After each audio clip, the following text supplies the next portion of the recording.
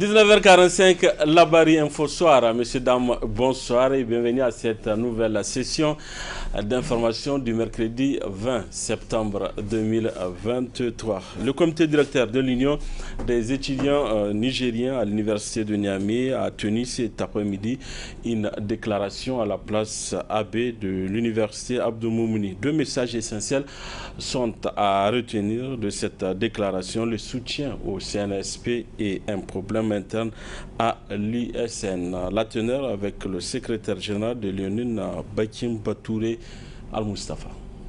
Le comité exécutif de l'UNUN réuni en séance extraordinaire afin d'analyser la situation qui prévaut au plan national, mais aussi à l'interne de l'USN.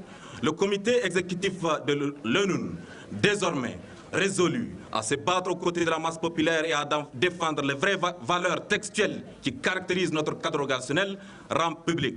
Et désormais, plus que public, le point de presse dont la teneur suit. Au plan national, au vu de la signature par le CNSP de l'Alliance des États du Sahel, récemment intervenue et qui met en tout cas en synergie les différents États du Sahel pour défendre notre État, nos territoires, les territoires des trois frontières, à savoir l'État du Mali, du Burkina Faso et également du Niger, le comité exécutif de l'ONU encourage le CNSP pour avoir pris cette décision salutaire allant désormais permettre la défense de nos différents territoires sans compter sur la pourriture de la CEDEAO. Voilà pourquoi, en plus de cette alliance, le comité exécutif, dans la vigilance totale, demande au peuple de ces différents trois États, mais également à leurs dirigeants, le CNSP particulièrement, à créer toutes les conditions pour créer une synergie d'action sur tous les domaines. Ces domaines, à savoir les domaines économiques, mais également monétaires. C'est pourquoi nous demandons aux États ces États du Sahel, à savoir le Burkina Faso, le Mali et le Niger, à créer toutes les conditions de mettre fin aux francs CFA pour tous les peuples africains. Le comité exécutif, par sa voix et également la voix de tous les étudiants inscrits à l'université de Niamey, demande aux autres États de la pourriture de la CEDEAO ainsi que tous les États africains à joindre leur voix et rejoindre les États du Sahel dans leur révolution pour que désormais le franc CFA soit derrière nous et que nous créons les conditions d'avoir une monnaie unique tel que cela était le rêve du défunt Guide Kadhafi qui a prôné la révolution verte.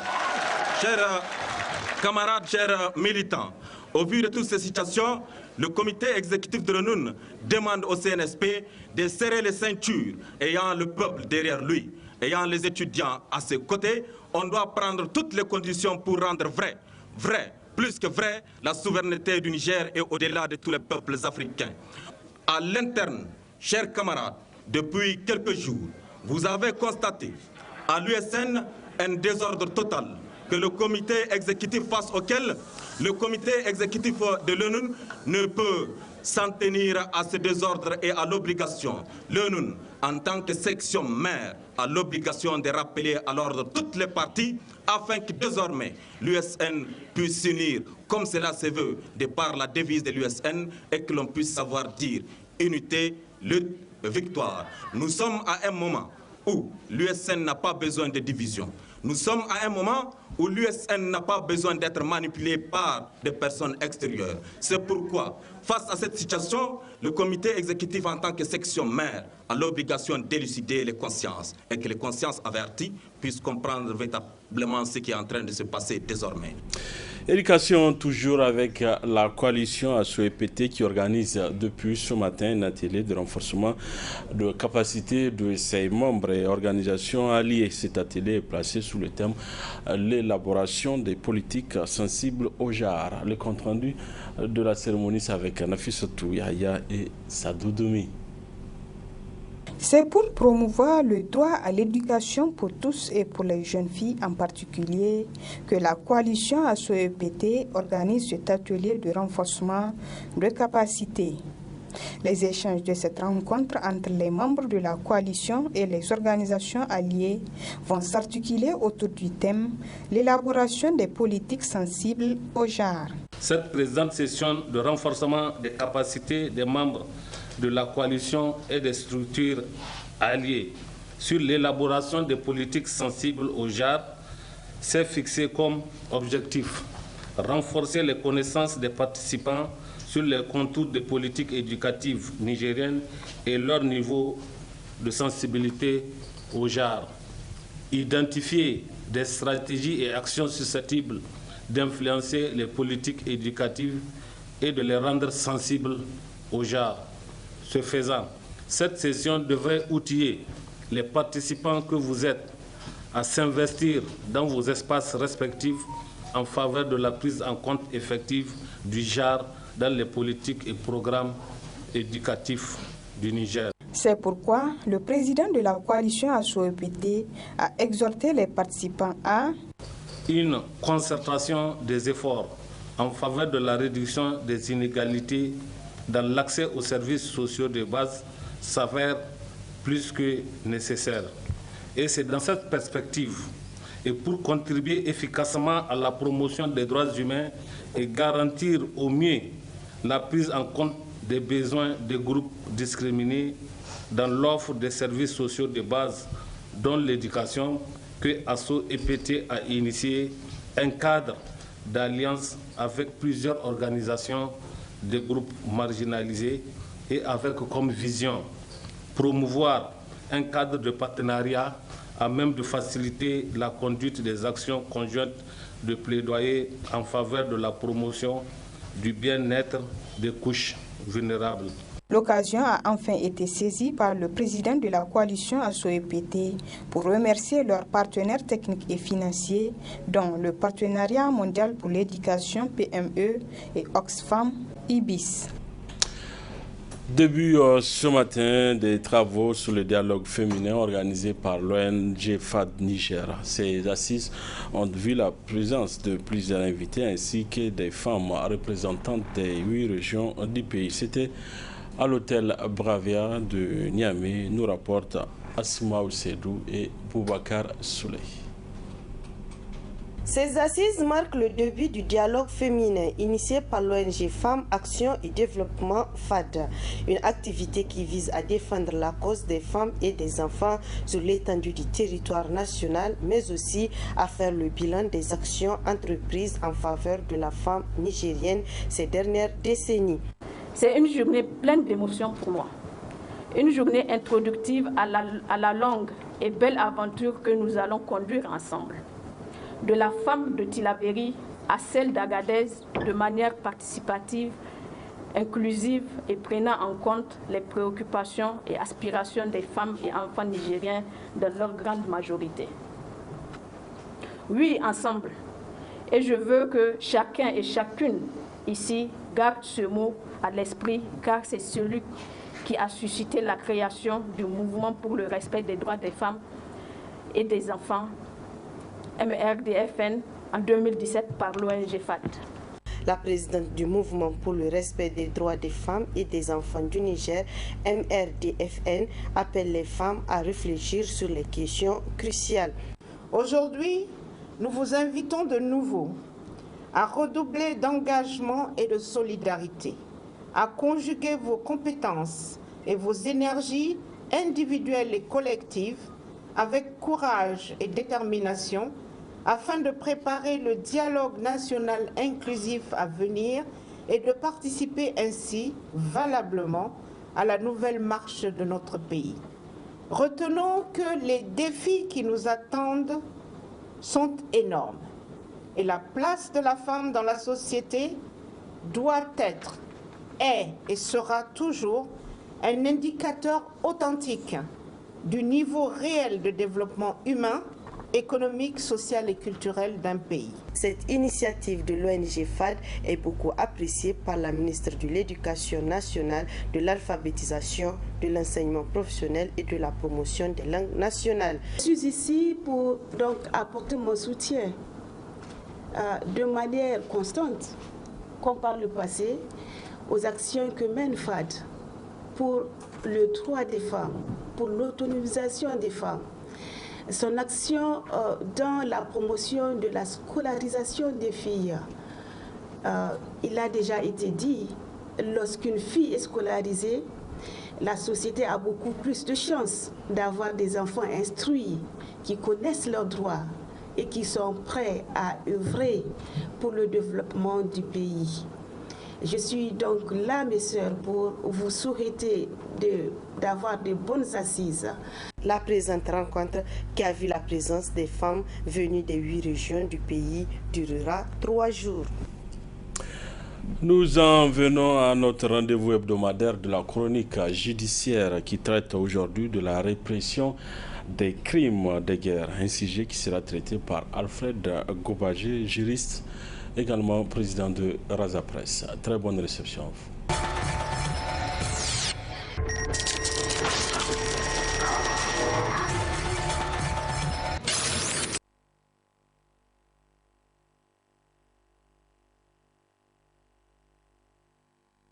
Aujourd'hui, nous abordons un autre thème sur la répression des crimes de guerre. Alors, qu'est-ce qu'il faut entendre par répression? Alors, le terme répression désigne généralement l'adoption des dispositions législatives et des mesures administratives et judiciaires nécessaires pour prévenir et sanctionner les violations de droits. Vous savez, en période de conflit armé, les différentes parties au conflit violent souvent les lois et coutumes de la guerre, ce qu'on appelle les crimes de guerre. Le droit international humanitaire, à travers les conventions de Genève et de leurs protocoles additionnels, organise de la façon dont le conflit doit se mener. À défaut d'interdire la guerre, le droit international humanitaire intervient pour l'humaniser en créant des garde-fous.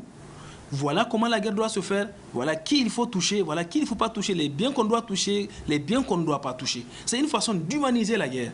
Mais force est de constater que sur le théâtre des hostilités ou sur le champ de bataille, les parties au conflit sont appelées souvent à violer les règles du droit international humanitaire.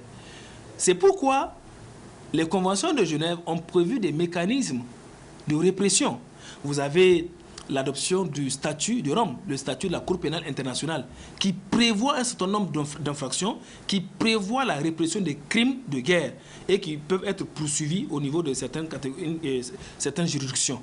Donc, s'agissant, comme je l'ai dit, de la répression, elle désigne cette volonté, elle désigne cet ensemble de textes ou de dispositions législatives et des mesures administratives et judiciaires en vue de prévenir ou de sanctionner les violations de ces règles garantissant ou organisant la guerre. Alors, s'agissant cette fois-ci de la notion de crime de guerre, il s'agit des infractions graves ou de violations graves contre le droit international humanitaire. Différents crimes contre l'humanité ou crimes de génocide qui sont des violations contre les droits de l'homme peuvent être commis par les parties sur le théâtre des hostilités.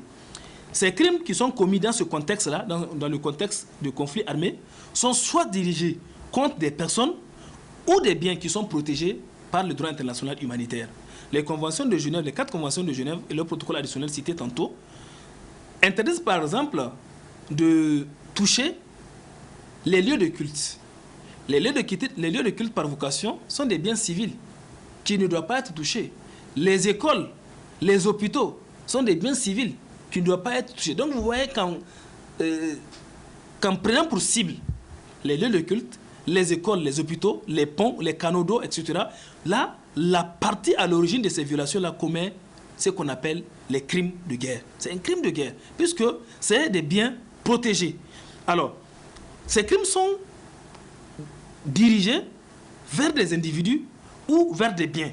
Quand vous touchez, par exemple, des populations civiles qui ne prennent pas part au conflit, vous commettez des crimes de guerre, puisque les conventions en droit international humanitaire ont interdit de s'en prendre aux personnes qui ne participent pas. C'est pourquoi, par définition, le droit international humanitaire, c'est cet ensemble de règles qui a pour vocation de protéger les personnes qui ne participent pas ou qui, avant participaient, mais ont cessé de participer au conflit.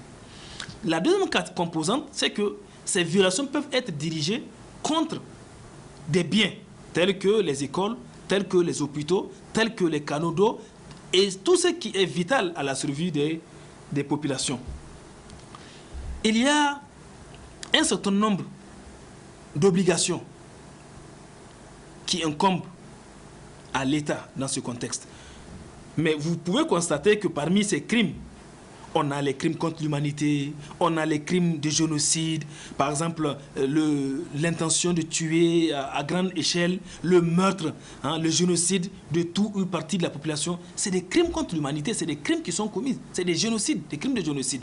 Donc ces crimes sont de la compétence des juridictions internationales telles que la Cour pénale internationale, par exemple. Donc je disais qu'il y a des obligations qui incombent aux États, puisque ce sont les États qui sont partis aux conventions de Genève, qui garantissent la protection des populations civiles ou qui décrivent les lois et les coutumes de la guerre.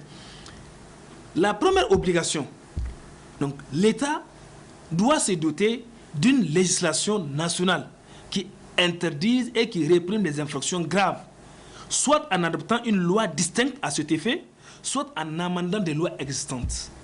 Déjà, comme nous l'avons dit, au Niger, par exemple, l'État du Niger est parti aux conventions de Genève. Ouais. Donc, l'État a cette obligation, soit d'adopter des lois nouvelles allant dans ce sens, ou bien d'harmoniser les anciennes législations dans ce sens. La deuxième obligation qui incombe à l'État, c'est de rechercher et poursuivre les responsables présumés d'infractions graves au droit international humanitaire. Il doit les déférer devant ces tribunaux ou les extrader pour qu'ils soient jugés devant un autre État. Souvent en cas de manque de volonté politique, puisqu'il peut arriver des cas dans certains pays ou dans certains États qu'il n'y ait pas cette volonté politique de pouvoir poursuivre les auteurs des violations.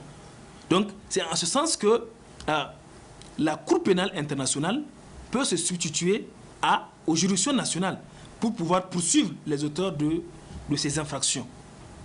La troisième obligation qui incombe à l'État, c'est qu'il doit se charger, ou bien qu'il doit charger, disons, ses commandants militaires de cesser et de prendre des mesures à l'encontre des personnes placées sous leur autorité qui se rendent coupables de telles infractions.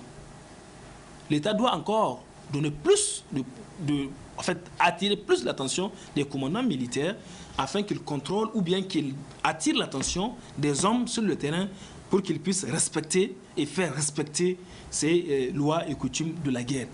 Quatrièmement, l'obligation qui incombe à l'État, c'est les États doivent s'accorder à travers une entrade judiciaire dans toute procédure relative à des infractions graves et à la coopération bilatérale en matière judiciaire. Les États doivent coopérer afin de pouvoir s'entraider et que les auteurs de ces crimes soient poursuivis. Donc, je vais vous donner ici quelques exemples d'infractions graves aux conventions de Genève. Vous avez, par exemple, le retard injustifié dans le rapatriement des prisonniers de guerre ou des civils. Vous avez les pratiques de l'apartheid et les autres pratiques inhumaines et dégradantes fondées sur les discriminations raciales qui donnent lieu à des outrages à la dignité personnelle. Le fait de diriger des attaques contre des monuments historiques, les œuvres d'art ou les lieux de culte clairement reconnus qui constituent le patrimoine culturel ou spirituel des peuples. Le fait de priver une personne protégée par les conventions de Genève ou par le protocole additionnel 1 de son droit d'être jugé régulièrement ou impartialement. Vous voyez, donc il s'agit ici d'autant d'infractions. Par exemple, le fait de soumettre également une personne à une attaque en la sachant hors de combat. Le fait d'utiliser perfidement le signe distinctif de la Croix-Rouge ou du Croissant-Rouge ou tout autre signe protecteur reconnu. Le transfert par la puissance occupante d'une partie de la population civile dans le territoire ou la déportation, etc. Donc, en fait, le fait déjà de transférer une partie de la population sous protection dans un autre territoire, surtout la population civile, le transfert à l'intérieur ou hors du territoire occupé de la totalité ou d'une partie de la population de ce territoire. Donc, ici, il s'agit d'autant de violations du droit international humanitaire que les parties peuvent commettre. Maintenant, ce qu'il faut retenir en conclusion, c'est que quand ces violations sont commises, il revient soit, comme je l'ai dit tantôt, à l'État de poursuivre les auteurs. Et s'il n'y a pas cette volonté politique de l'État, il revient effectivement à la Cour pénale internationale, à travers le statut de Rome, de poursuivre les auteurs. Mais les États aussi, entre eux, ont cette coopération ou cette entraide judiciaire afin de pouvoir s'entraider mutuellement et de poursuivre les auteurs des différentes violations. Malheureusement, on constate un peu partout sur le champ de bataille, sur le théâtre des opérations, les violations graves du droit international humanitaire. Je pense qu'il faut continuer la sensibilisation. C'est pourquoi nous avons, à travers le Razapresse DIHDH, qui est cette organisation que nous dirigeons depuis 2014, qui œuvre dans la diffusion du droit international humanitaire. Nous avons des actions de sensibilisation, nous avons des actions de formation dans le sens de former non seulement les forces de défense et de sécurité dans la maîtrise du droit international humanitaire, des ateliers de renforcement de capacité des FDS, mais aussi les populations civiles de manière générale, afin qu'elles comprennent le droit international humanitaire. Et cela, c'est dans l'optique de prévenir. C'est ça la prévention. Mais sur le théâtre, parce qu'une fois que le message est passé, la formation, la sensibilisation est faite, nous pensons que sur le théâtre des hostilités, eh bien, les parties au conflit vont intégrer la dimension du droit international humanitaire et cela va aider à réduire considérablement la violation des droits des parties sur le théâtre des hostilités. Voilà un peu ce que je peux vous dire sur la répression des infractions et crimes de guerre.